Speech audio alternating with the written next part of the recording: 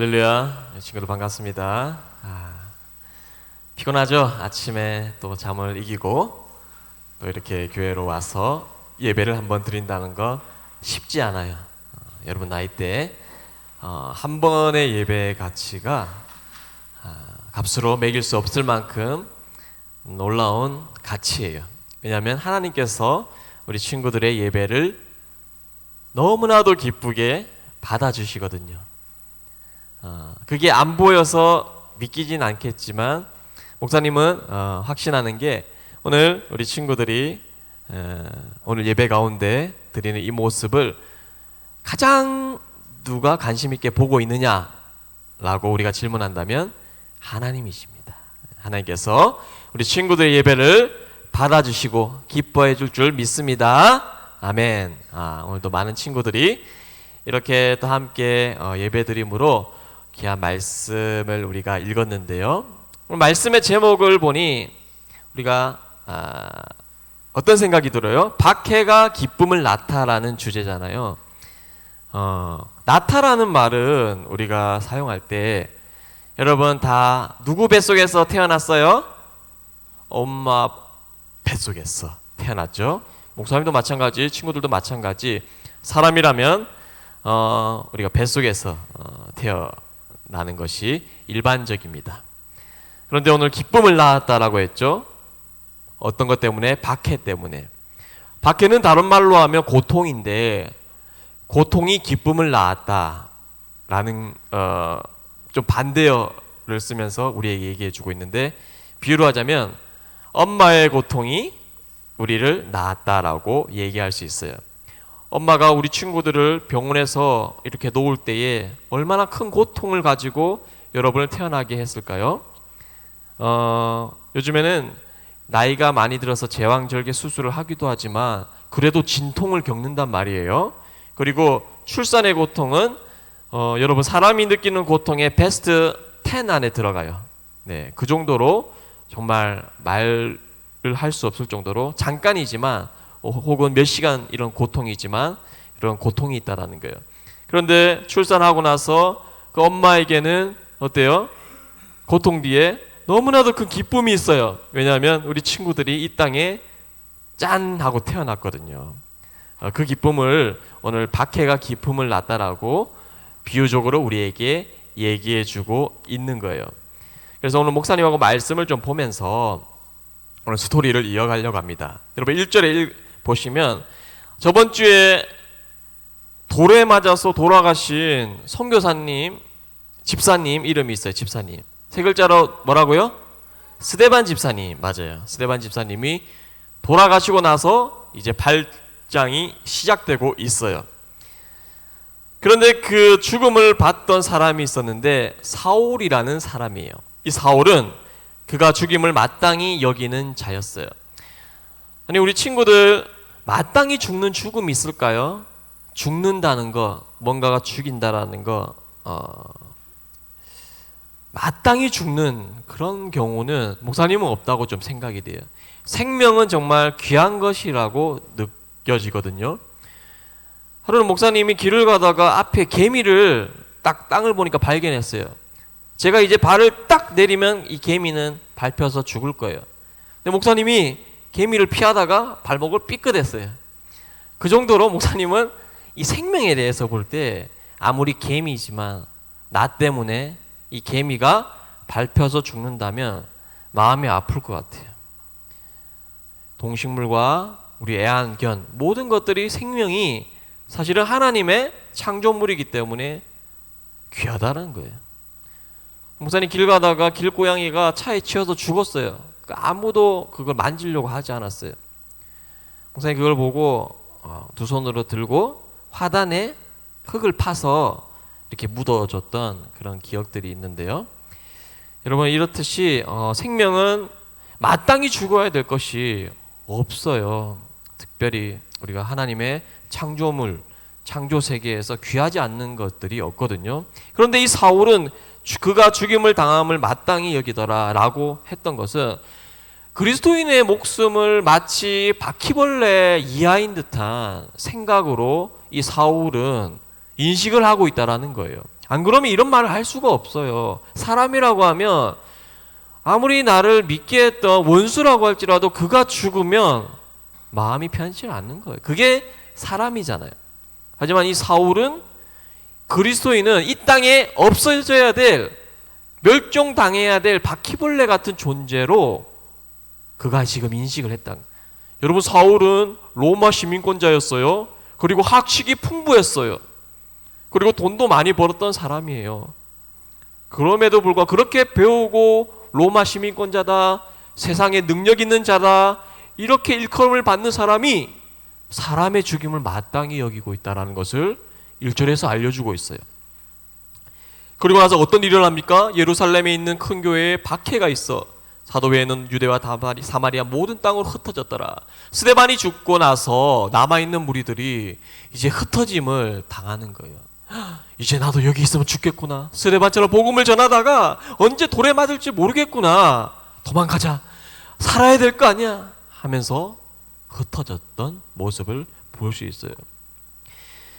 이런 슬픈 1절도 있지만 여러분 2절을 읽었잖아요. 2절에 보면 경건한 사람들이 스데반을 장사하고 위하여 크게 울더라. 여러분, 스데반은 정말 슬픔 가운데서 하늘나라로 올라갔지만 그를 위해서 울어주는 사람들이 여전히 존재했다라는 거예요.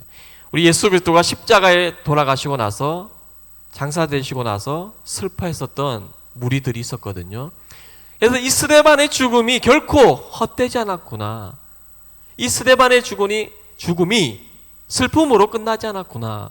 정말 이 사람을 위해서 슬퍼해주고 걱정해주고 하는 사람들이 있었구나라고 우리에게 위로가 돼. 교회가 바로 그런 공동체예요. 우리 친구들, 어떤 친구가 한 명이 뭐 안경이 부러진다거나 축구하다가 다리를 다친다거나, 그러면 우리는 어때요? 기도하고 걱정하잖아요. 내가 다친 건 아니지만 그의 상함과 그의 아픔을 이해하고 그 친구를 위해서 내가 아픈 것처럼 기도해 줄 수 있는 게 교회 공동체예요. 그것을 우리가 이 말씀을 통해서 배워야 될 줄 믿어요. 그런데 이 사울은 멈추지 않았어요. 3절에 보니까 교회를 잔멸했다라고 기록하고 있거든요. 잔멸은 이제 교회가 풍지박산나고 사람들이 다 흩어지고 이랬는데 또 그리스도인이 없나? 구석구석 찾아서 마지막 먼지 하나 없이 사람들을 찾아서 공격하겠다라는 사울의 모습을 볼 수가 있어요. 어떻게 했냐면 구체적으로 각 집에 들어가 3절에 남녀를 끌어다가 옥에 넘기니라. 아니 대체 사울이란 사람이 어떤 고난으로 한 가정에 들어가서, 한 가정에 들어가면 남자 여자 아들 딸 엄마 아빠가 있잖아요. 근데 강제로 끌어내서 너 예수 믿지? 너 집에서 예배 드렸지? 너 오늘 찬송했지? 그것을 발견하고 끌어냈다라는 거예요. 한 가정이 완전히 박살나는 순간이에요. 그 정도로 이 사울이, 이 로마 시민권자 이 사울이 그 정도로 힘이 있었다라는 거예요.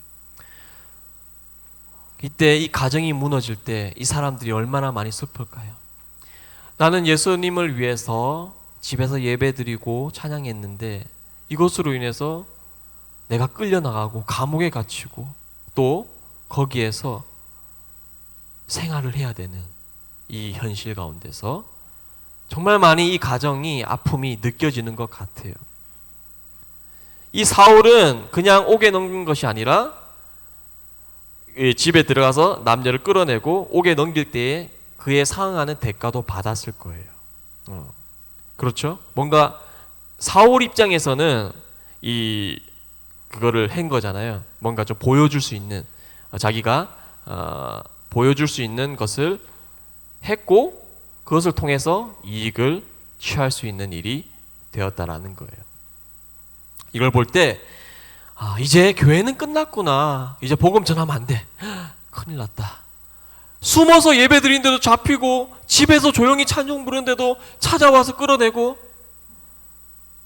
여기가 북한 땅도 아니고 공산 땅도 아닌데 그런 일들이, 모르겠어요. 북한에서 그렇게 하는지 정확하게 모르겠지만 만약에 비유하자면 종교적 자유가 없는 나라에서 하는 일들이 일어나고 있다라는 거예요.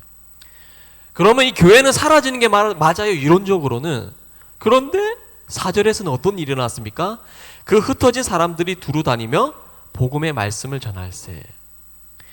오히려 겁먹어서 도망했던 사람들이 자기의 삶을 다시 안전하게 살아가는 것이 아니라 어떻게 보면 또 위험한 행동을 하고 있는 거예요. 복음을 또 전하고 있어요. 예루살렘의 성에서 복음을 전하는 일이 안 되니까 사마리아 땅에 가서, 다른 지방에 가서 예수의 복음을 전하는 거예요. 여러분, 만약에 복음이 가짜고 하나님이 안 계시고 예수 그리스도의 죽음이 아무런 가치가 없었다면 이 사람들이 도망가서 예수를 안전해야죠. 그런데 그 사람들 마음속에 믿음이 확고하게 자리 잡고 있으니까 그 위험을 불사한 행동을 하고 있다는 거예요. 여러분, 우리가 교회 와서 함께 예배드리지만 이 믿음의 공동체는 가짜가 아니에요. 진짜예요. 살아있는 믿음이고 우리가 이것을 통해서 아무런 안전장치가 없는 상황 가운데서도 복음을 전할 수 있는 용기가 생길 수 있다는 것을 오늘 4절의 말씀을 통해서 우리가 은혜를 받을 수가 있습니다. 그래서 빌립도 마찬가지 5절에 사람들이 사마리아 땅에서 복음을 전하네? 흩어져서 없어질 줄 알았는데 그곳에서 복음이 확장되네? 내가 가서 도와야 되겠어. 빌립은 사도잖아요. 그래서 사도의 신분으로 가서 복음을 전했더니 어떤 일이 일어났나요? 무리가 6절에 빌립의 말도 듣고 행하는 표적도 보고 한 마음으로 그가 하는 말을 보고 따르더라 라고 기록하고 있어요. 6절의 말씀이 굉장히 중요한데 우리 친구들 주보에 보시면 빌립은 복음도 전했지만 표적을 보였습니다. 표적도 보이고, 왜냐하면 그는 사도거든요. 세우심을 받은 사도기 때문에 하나님의 특별한 능력이 있어요. 귀신을 쫓아내는 일, 병을 고치는 일, 이런 특별한 능력을 소유하고 했던 자들입니다. 그래서 무리는 빌립의 복음도 듣고 표적도 보고 그가 하는 말을 따랐는데요. 그런데 중요한 것은 한 마음으로 따랐다고. 한 마음으로. 여러분, 어떤 사람의 말을 따르려고 할 때 그 무리가 한 마음이 되지 않으면 일은 진행되지 않습니다. 일은 전진하지 않아요. 이 마음이란 게 보이진 않지만 이 마음을 한 마음으로 묶는 것도 사람의 능력으로 되는 게 아니에요. 우리 친구들의 마음을 목사님이 볼 수는 없지만 오늘 이렇게 한자리에 모였던 이 마음은 한 마음이라는 거예요. 각각의 마음은 조금씩 다를 수 있지만 우리는 한 마음으로 예배드리고 있어요. 한 마음으로 찬양했어요. 한 마음으로 하나님께 영광을 돌렸고요. 한 마음으로 기도했고 한 마음으로 사도신경을 외웠어요. 그래서 강조하고 있는 게 이 구절에서 모두가 다 한 마음이 되어야 복음의 역사가 일어난다라는 거예요. 사랑하는 우리 친구들도 우리 교회에서 이걸 한다고 하네? 그래! 내 마음은 집에 가고 싶고 내 마음은 게임하고 싶고 내 마음은 맛있는 거 먹고 싶고 운동하고 싶고 벗어나고 싶지만 오늘 교회에서 하고자 하는 일에 한 마음이 되어서 한번 해볼까? 도전해볼까? 이 한 마음을 품었을 때 나에게 어떤 기쁨이 있을까? 라는 생각을 가지고 동참해 주시면 모든 교회 일이 순차적으로 잘 될 줄 믿습니다. 그것이 바로 6절의 교훈이거든요. 이제는 더 나아가서 7절에 보니까 많은 사람에게 붙었던 더러운 귀신들이 크게 소리를 지르며 나가고 또 많은 중풍병자와 못 걷는 사람이 나으니 라고 기록되어져 있습니다. 하나님의 능력은 사람이 할 수 없는 것을 보여주고 있어요. 그 당시에 많은 사람들은요, 귀신 들린 자들이 너무나도 많았어요. 왜냐하면 그때 예수 믿는 사람들이 있는 것이 아니라 이 로마 시대에 로마의 법을 따르고 로마의 어떤 문화 속에서 로마의 문화는요 엄청난 신들이 있었어요. 뭐 제우스 신, 뭐 바다, 하늘, 별, 번개 할 거 없이 너무나도 많은 신들이 존재했기 때문에 그들의 신들을 추앙하면서 받았던 귀신의 영들이 많았다라는 거예요. 그런데 빌립은 그 무리들에게 귀신을 쫓아내는 능력을 보여주셨고 나아가서는 중풍병자, 나올 수 없었던 병자들이 낫게 되고 못 걷는 사람들이 걸을 수 있는 일들이 나타났어요. 이것을 볼 때 우리가 깨달을 수 있는 것은 예수님을 믿는다는 것은 단순한 일이 아니구나. 인간이 할 수 없고 다른 신들이 할 수 없는 그런 일들이 나타나게 하는 것이 바로 예수 그리스도의 능력이구나라고 우리에게 알려주고 있어요. 여러분이 믿는 우리 그리스도 이 종교는요, 그냥 종교가 아니에요. 세상의 어떤 종교보다도 능력이 있고 확실하고 진실된 그런 종교라는 것을, 종교가 아닙니다. 이것은 우리가 볼 때 종교라고 하지만 우리가 이 교회에서 믿는 이 신앙은 너무나도 능력 있고 확실한 신앙이라고 증거할 수가 있습니다.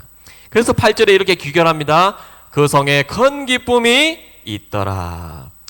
여러분, 많은 기쁨이 있지만 큰 기쁨이란 것은 내가 한 번도 경험하지 못한 기쁨, 내가 한 번도 느껴보지 못한 기쁨, 그 기쁨의 크기가 너무나도 크다는 것을 8절은 증거를 하고 있어요. 박해를 받았던 그리스도인들이 흩어져서 정말 생명의 위협 앞에서도 복음을 전했을 때 나타나는 그 능력을 귀로 듣고 눈으로 보고 체험을 하니까 기쁨이 없을 수 있겠어요? 병이 낫고 가정이 회복하고 또 우리가 죽을 수밖에 없었던 존재인데 예수님의 보혈의 피로 인해서 천국에 갈 수 있다는 사실을 깨달았을 때 오는 그 큰 기쁨이 이 성에 있었다라는 거예요. 사마리아 성에 있었다라는 거예요. 그래서 오늘 주제처럼 박해가 기쁨을 낳을 수 있었다라는 것을 우리에게 강조하고 있어요.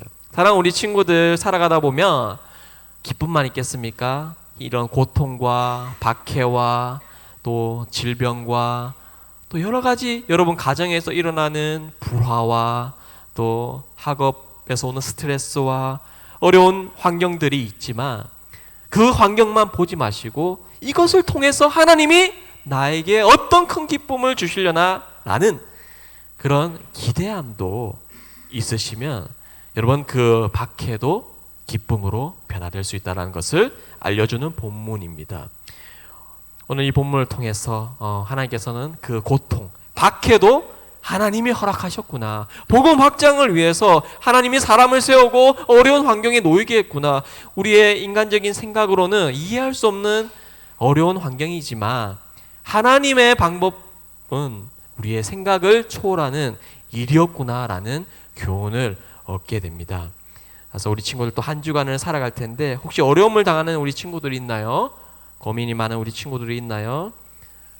학업 때문에 너무 스트레스 받는 우리 친구들이 있나요? 그럴 때일수록 오늘 이 본문의 말씀을 의지하면서 하나님께 기도하고 또 그리스도 예수님을 기도로 만나고 말씀을 묵상하는 우리 친구들 될 때에 우리 친구들의 모든 고통과 염려가 아주 큰 기쁨으로 변화될 수 있는 역사가 나타나기를 간절히 축복합니다. 기도하시겠습니다.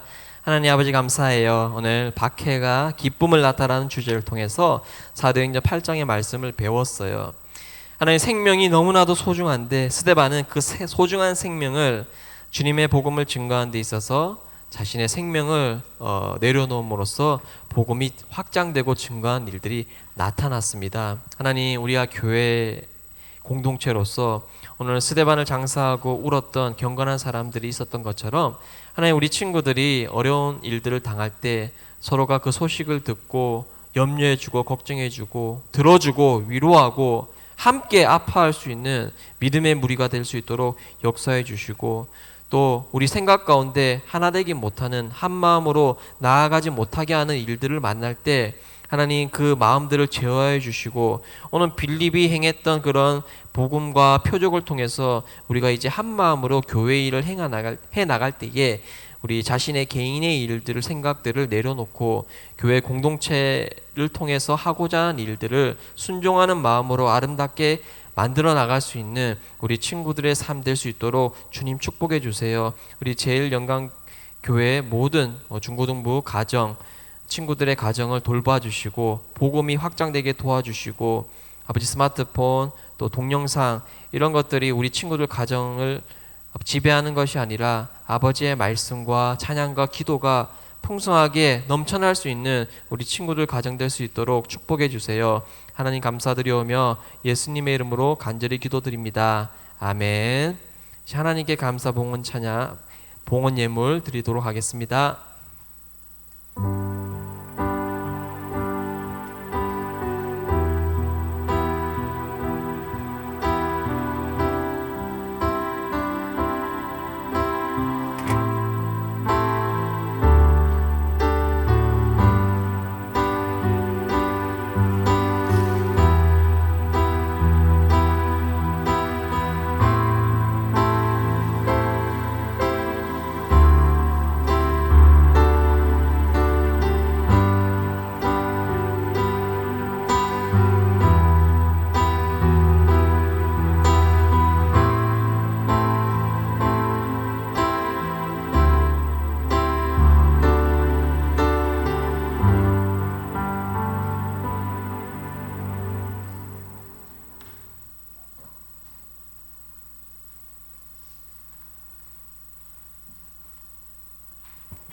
우리 다 함께 자리에서 일어나셔서 하나님께 봉헌 찬양 드리시겠습니다.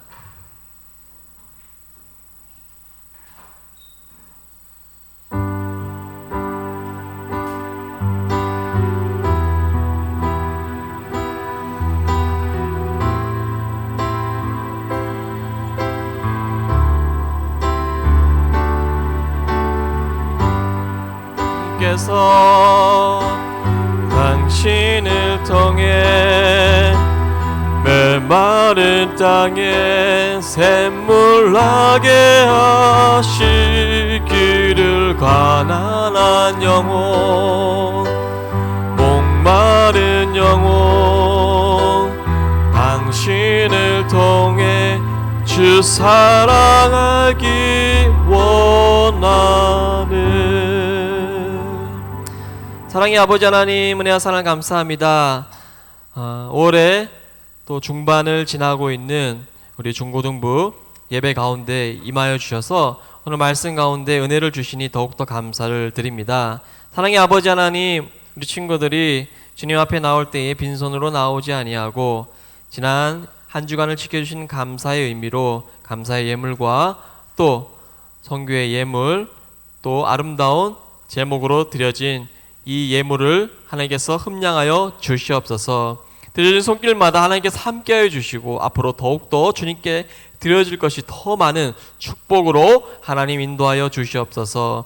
주님, 이 예물을 또 사용하는 곳곳마다 전도의 예물이 되게 하시고 선교의 예물이 되게 하시고 구제의 예물 되게 하여 주시옵소서. 특별히 중고등부 부서를 지켜주시고 재정으로 어려움 당하지 않도록 늘 넉넉한 주님의 사랑으로 채워 주시옵소서. 또한 아버지 하나님, 이제 한 주간을 살아가는 우리 친구들의 가정과 학업토와 또 모든 삶의 환경 가운데 성령 하나님께서 붙들어 주시고 항상 동행하여 주시옵소서. 지금은 우리 구주 예수 그리스도의 은혜와 하나님 아버지의 무한하신 사랑과 성령님의 감화감동 인도 교통하심이 오늘 빌립처럼 어떠한 어려운 환경 가운데서 주님의 복음을 위하여서 전진하길 원하는 우리 제일영광교회 모든 중고등부 친구들 머리 위에 세우신 교사분들 위에 지금부터 영혼에 이르기까지 항상 함께 계실지어다. 아멘.